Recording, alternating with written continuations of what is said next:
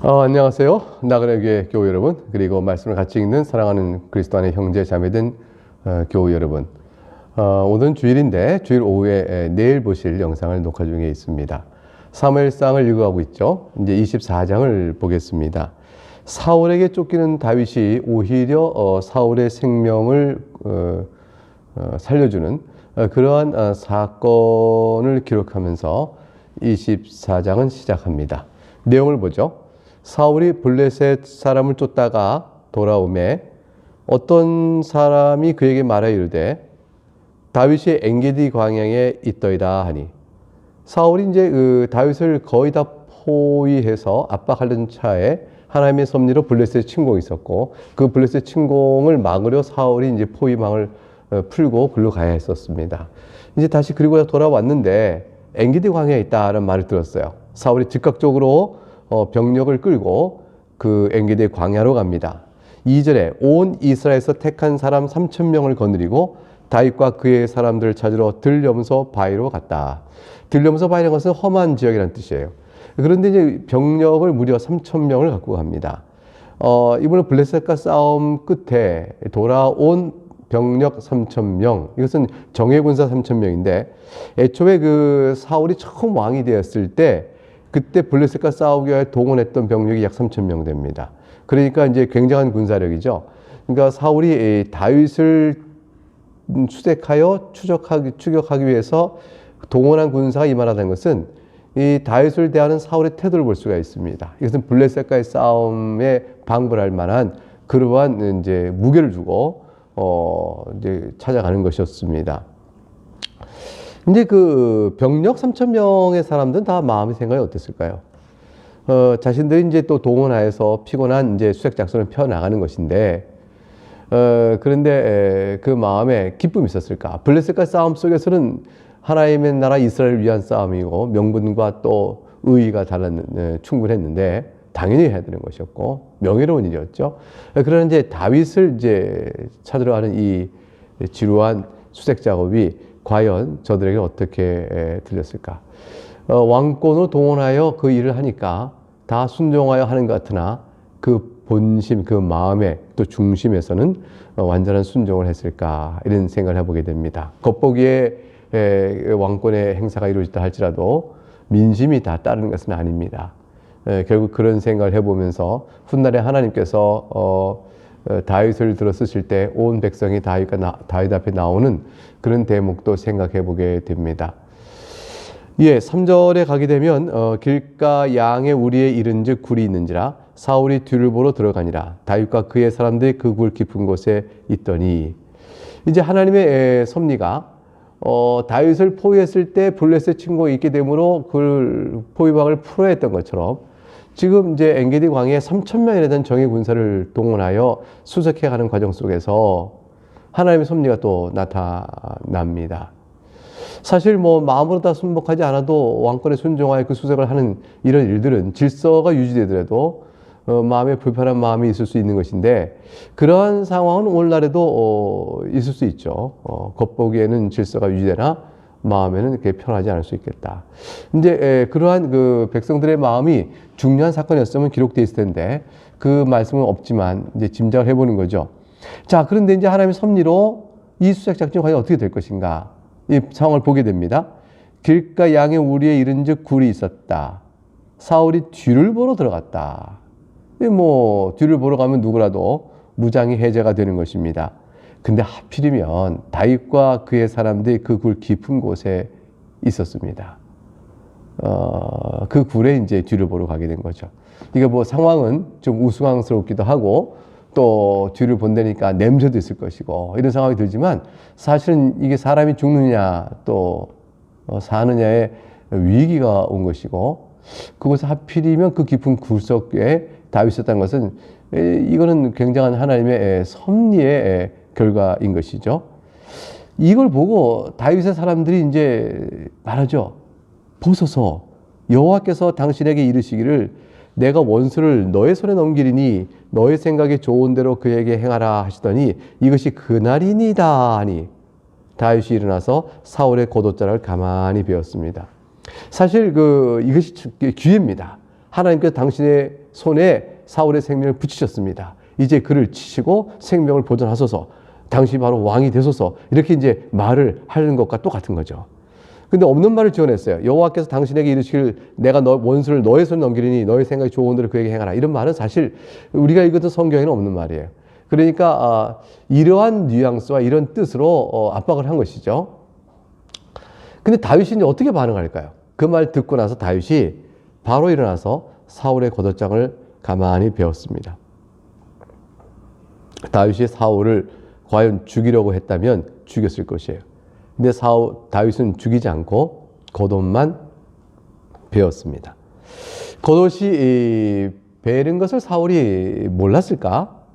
또 어떻게 벨 수가 있었을까? 아무리 뒷일을 보고 있는 상황이지만 사람들이 생각하기에는 왕이 이제 겉옷을 긴 옷을 입고 있는데 뒷일을 보니까 겉옷을 뒤로 쭉 밀릴 수밖에 없죠. 그 닿으면 좀 안 좋잖아요. 그러니까 이제 겉옷이 긴 것을 뒤로 쭉 빼고 이를 보니까 그렇다. 이렇게 생각할 때는 또 겉옷이 길면 얼마나 길기에 가까이 와서 그걸 베는 것조차 모르겠을까. 굴속이면 인기척도 날 텐데 또 의문스러워요. 그래서 대체로는 겉옷을 벗어났을 것이다. 긴 겉옷을 벗고 이를 보지 않았겠느냐. 근데 벗어놓은 곳에서 가깝게 보지 않고 조금 떨어진 곳에서 사울이 이를 봤을 것이다. 그래서 이제 겉옷을 벨 수가 있었을 것이라 이렇게 생각합니다. 물론 이제 겉옷을 그러면 굴 입구에 벗고 이를 더 들어가서 봤을까? 아니면 더 들어가서 겉옷을 벗고 조금 더 앞으로 나서 이를 봤을까? 그런 것까지 다 따져보면 상황을 이해하기가 좀 여러 가지 좀 궁색해 줍니다. 그러나 중요한 것은 사울은 겉옷을 벗고 봤을 것이고 다윗은 그 겉옷을 벨 수가 있었고 사울은 이를 보는 동안에 그 사실을 몰랐다는 것은 사실입니다. 5절에 그리한 후에 사울의 옷자락 뱀으로 말미암아 다윗의 마음이 찔려. 다윗이 마음이 안 좋았던 거예요. 이게 옷자락은 잘랐지만 사실은 살이를 가지고 죽인 거나 다름없다는 마음에 아픔이 있었던 것이죠. 6절 자기 사람들이 이르되 내가 손을 들어 여호와의 기름 부음을 받은 내 주를 치는 것은 여호와께서 금하시는 것이니 그는 여호와의 기름 부음을 받은 자가 됨이니라 하고 사울 겉옷을 자른 것도 기름 부은 자를 치료했던 사리적인 마음이 있었던 것과 관련된다는 것을 이제 금하지 못한 채 이것을 양심의 가책으로 갔습니다. 이게 다윗은 그만큼 신앙이 선명했던 사람이에요. 하나님 앞에서 하나님이 금하신 것을 마음에 품고 행하자는 의도성 자체가 자신에게 죄에 대한 아픔으로 올 만큼 마음이 선명했습니다. 심지어는 자기 생명을 앗으러 온 그리고 자기가 아무것도 잘못한 것이 없는데 그리고 온 사울에 대해서조차도 그 마음을 그대로 가졌다는 것은 다윗의 마음이 오직 하나님 앞에 있었던 것이에요. 하나님께서 금한 것이면 하지 말 것이요 하나님께서 허락하시는 할 것이다. 그거 외엔 다른 기준을 두지 않았으니 사람 편에서 어떤 핑계나 변명이나 또 이유를 들 수 있는 것으로 인해서 자기 행동을 합리화할 수 있는 그 어떤 것도 다윗에게는 합당하지 않았던 것이죠. 다윗이 이 말로 7절 자기 사람들 금하여 사울을 해하지 못하게 했습니다. 사울이 안전하게 일어나서 굴에서 나가서 자기 길을 가게 되었죠. 8절에 보니까 그 후에도 다윗도 이제 굴에서 나가게 됩니다. 그래서 사울의 뒤에서 외쳐 이릅니다. 내 주 왕이여 하며 사울이 돌아보는지라 다윗이 땅에 엎드려 절하고 9절 다윗이 사울에게 이르되 보소서 다윗이 왕을 해하려 한다고 사람들의 말을 왕은 어찌하여 들으시나이까. 사실 이건 사울을 배려한 말이에요. 사울에게 자신을 추적할 어떤 멈출 명분을 준 거죠. 왕이 자신의 악한 동기로 나를 그렇게 해치했습니다 라고 했다면 사울은 멈출 때 자기 부인을 해야 되는 거예요. 그런데 사람들의 말을 듣고 어찌하여 그렇게 하십니까? 라고 말할 땐 사울이 말을 잘못 듣고 어떤 정보를 잘못 듣고 행한 것처럼 하여 그것이 사실이 아니구나. 그럼 내가 너를 이렇게 해칠 이유가 없다 라고 군사를 돌이킬 수 있는 그런 명분을 사실 주고 있는 거죠. 그럼에도 불구하고 이 말은 이중적 의미가 있어요. 사실은 다윗은 배려하여 사울에게 명분을 주고 있으나 한편은 이 말은 그대로 사실이에요. 왜냐하면 여호와의 말을 듣고 있지 않았거든요. 사울이 여호와의 말씀을 들었다면 사무엘의 얘기를 통해서 그 모든 상황을 짐작했다면 하나님께 세우시는 자가 다윗인 줄 알았다면 여호와의 말을 들었은즉 다윗을 치러 올 수는 없었던 겁니다. 그러니까 사울 자신의 욕심에 따라 그걸 행했다 할지라도 그것은 곧 사람의 말을 듣는 것 다른 바 없죠. 10절 오늘 여호와께서 굴에서 왕을 내 손에 넘기신 것을 왕이 아셨을 것이니이다. 어떤 사람은 나를 권하여 왕을 죽이라 하였으나 내가 왕을 아껴 말하기를 나는 내 손을 들어 내 주를 해하지 아니하리니 그는 여호와의 기름 부음을 받은 자이기 때문이라 하였나이다. 이 사울은 이거 웬 소린가 싶었을 거예요. 아니 내가 너의 손에 넘겨졌다고? 여호와께서 그렇게 했다고? 네가 나를 해하려 할 수 있었다고? 그런데 여호와의 기름 부은 자이기 때문에 해하지 않았단 말인가? 언제 그런 일이 있는가? 라고 사울이 짐짓 생각하면서 흠칫했겠죠. 그때 이제 다윗이 증거를 보입니다. 11절 내 아버지여 보소서 내 손에 있는 왕의 옷자락을 보소서 내가 왕을 죽이지 아니하고 겉옷자락만 베었은즉 내 손에 악이나 죄과가 없는 줄을 오늘 아실지니이다. 왕은 내 생명을 찾아 해하려 하시나 나는 왕에게 범죄한 일이 없나이다. 다윗이 증거를 대니까 사울이 인정하지 않을 수가 없었습니다. 그래서 사울은 이제 뭐라고 반응할까요? 다윗이 지금 자신의 한 사울의 행동과 자신의 한 행동, 이 관계의 모든 내용을 하나님 앞에서 이렇게 호소합니다. 하나님의 이름을 들어 이렇게 호소하죠. 12절 여호와께서 나와 왕 사이를 판단하사 여호와께서 나를 위하여 왕에게 보복하시려니와 내 손으로는 왕을 해하지 않겠나이다. 자신이 사울을 해할 의사가 없습니다. 어째 사람 말을 듣고 제가 그런 줄 알로 저를 이렇게 치시러 옵니까? 저는 그럴 의사가 없고 하나님께서 아실 겁니다. 사울 왕이시여 왕이 옳게 행동하는가 내가 옳게 했는가 하나님께서 우리 사이에 판단하실 것이지만 따라서 만일 잘못이 있다면 하나님께서 당신에게 보복하실 것이요. 그러나 나는 당신이 내게 잘못한다 할지라도 내 손으로는 당신을 해하지 않겠습니다. 이 말은 당신이 잘못하고 있습니다. 저는 당신에게 이런 악을 당할 이유가 없습니다. 라고 자기를 정당하게 변호하면서 하나님께서 하실 것이지만 나는 내 손을 하지 않겠습니다. 라고 분명히 선언을 해버립니다. 그리고 13절에 자신이 사울을 해야 할 의사가 없음을 이렇게 얘기하죠. 옛 속담에 말하기를 악은 악에 산다 하였으니 내 손이 왕을 해하지 아니하리다. 내가 악인이었으면 사울 왕이시여 내가 당신에게 악을 행했을 것입니다. 근데 내가 당신을 해하고자 하는 마음이 전혀 없으므로 난 당신에게 어떤 악도 행하지 않았습니다. 내가 만일 당신을 해하고자 하는 악인이었으면 이미 굴에서 당신은 제 손에서 생명을 빼앗겼을 것입니다. 그러니 저를 믿어 주시옵소서. 나와 하나님 사이에 나와 왕 사이에 하나님께서 판단하실 것입니다. 14절 그리고 얘기합니다. 자기를 낮추어서 이렇게 말합니다. 이스라엘 왕이 누구를 따라 나왔으며 누구의 뒤를 쫓나이까 죽은 개나 벼룩을 쫓음이니이다. 다윗은 자신을 죽은 개요 벼룩같이 비천한 것에 빗대어 말합니다. 이스라엘 왕이 누구를 뒤쫓겠다고 나왔습니까? 그래서 누구의 뒤를 쫓는 겁니까? 저의 뒤를 쫓으십니까? 저는 높으신 왕 앞에서 비천한 개요? 죽은 개요? 벼룩과 같은 존재가 아닙니까? 이렇게 천박한 저를 어찌하여 뒤를 쫓으십니까? 15절 그런즉 여호와께서 재판장이 되어 나와 왕 사이에 심판하사 나의 사정을 살펴 억울함을 풀어주시고 나를 왕의 손에서 건지시길 원하나이다 하니라. 하나님께 다시 호소합니다. 그리고 사울이 그 얘기를 듣습니다. 그리고 사울로 하여금 하나님 앞에 자신의 한 행동을 살펴보라고 압박을 하는 거죠. 그리고 자신의 무고함을 하나님 앞에 호소합니다. 사울에게 다 들렸습니다. 이제 16절 다윗이 사울에게 이렇게 말하기를 마침에 사울이 뭐라고 반응을 할까요? 사울이 이르되 내 아들 다윗아 이것이 내 목소리냐 하고 소리를 높여 울며 사울이 울어요.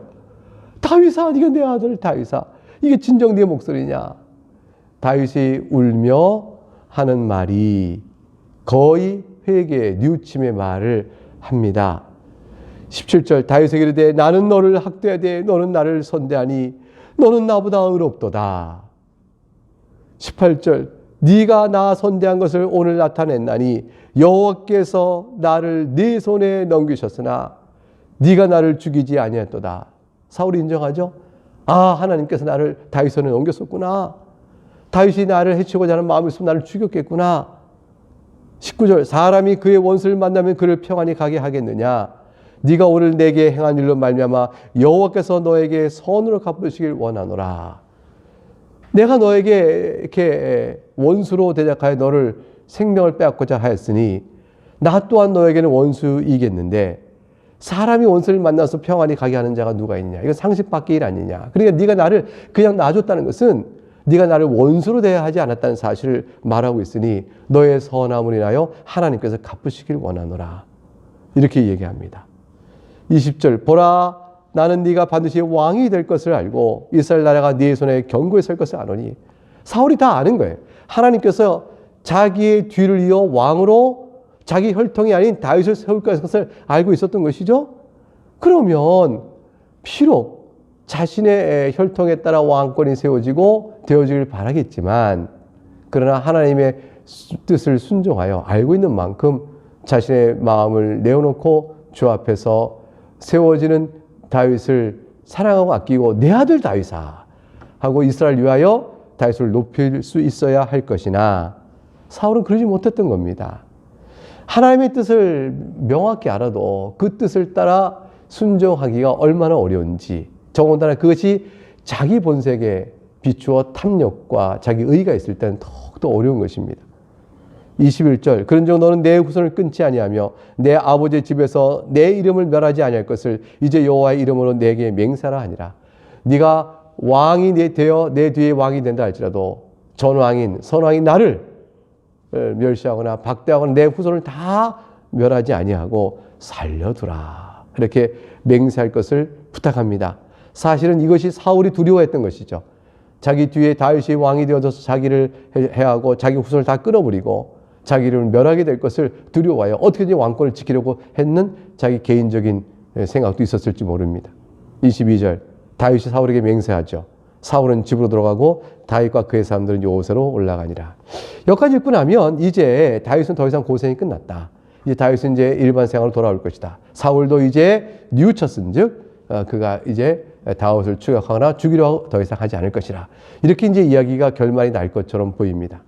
그러나 사울은 그 뒤에 이야기를 보지만 그러나 사울은 그치지 않습니다. 사울의 이 뉘우침은 결코 진정한 회개는 아니었던 겁니다. 히브리서 6장 4절과 6절에 보면 한번 빛을 받고 하늘의 은사를 맛보고 성령에 참여한 바가 되고 하나님의 선한 말씀과 내세의 능력을 맛보고도 타락한 자들은 다시 새롭게 하여 회개하게 할 수 없나니 이는 그들이 하나님의 아들을 다시 십자가에 못 박아 드러내놓고 욕되게 함이라. 결국은 사울도 하나님의 성령의 은혜와 감동은 받았지만 그 감동이 바위를 적실 뿐 바위 속을 물이 적시지 못하듯 본인의 마음은 진정한 의미의 회개로 돌아서진 못했습니다. 우리가 하나님의 말씀을 들으면 두렵고 떱니다. 내 근본 영혼에서 주의 말씀의 은혜를 받고 돌이켜 엎드려 하나님께 나가는 그런 자가 되어야겠습니다. 여러분 모두는 사실 그런 자입니다. 왜냐하면 예수 그리스도를 믿는 분들이시니까요.